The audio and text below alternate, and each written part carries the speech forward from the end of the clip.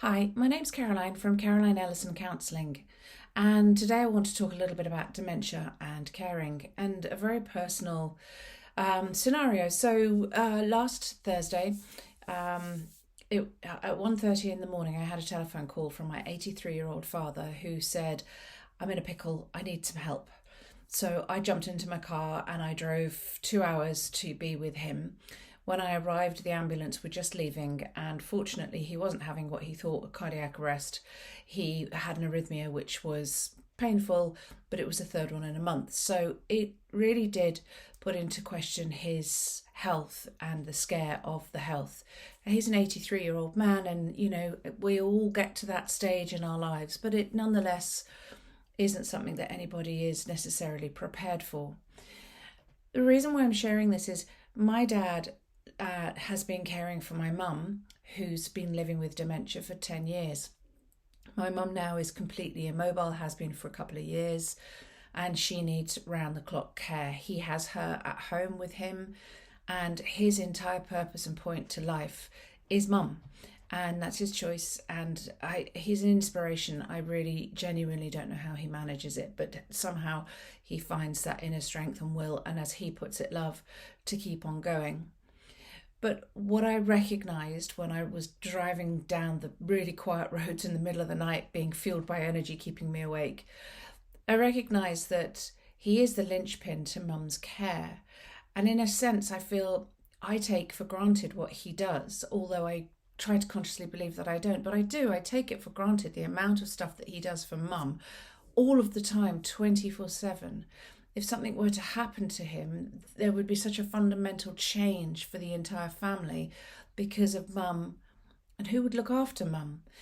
It's a complicated thing when you have family and you have illness and you have age, and it just really made me reflect on the importance of carers and those external people that we invite in to support us. And mum and dad, they have an amazing crew of carers who come in and help dad get mum up in the morning and wash her every other day, and come in at lunchtime to help feed her because she's really difficult to feed now. And at the end of the day, help dad put mum to bed. The people who care as well, each one of the carers who I've met who come in to look after mum, they are remarkable, remarkable human beings. They give and they give and they give and they give, and they get very, very little. The reward that they get for what they give, it's out of balance. And I guess I'm feeling emotionally connected to this subject today in a slightly deeper level because of the experience of last week and the heightened emotion which that has evoked. But I want to send a message out to carers and to say to them, you are wonderful, wonderful human beings, and I want to personally thank you for everything that you do. The care industry is on its knees, and that's just not okay. It's just not okay. The people who care, they are absolutely essential. And without them, my father, for example, he would have had to have put mum into a care home. And that's the last thing he wants to do because he can't bear to part with mum.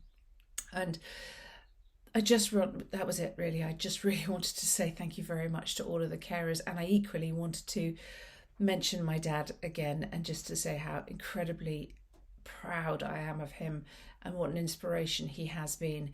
And so has my mum. It's a curious thing. It's a horrible thing. Existentially, it's just difficult. But yeah, anyway, thank you so much for listening. And if you are caring for a loved one, or if you are living with dementia or a life-limiting illness, or if you just are looking for some support, reach out to somebody who can support you. If I can, I will support you. My contact details are at the end of this message.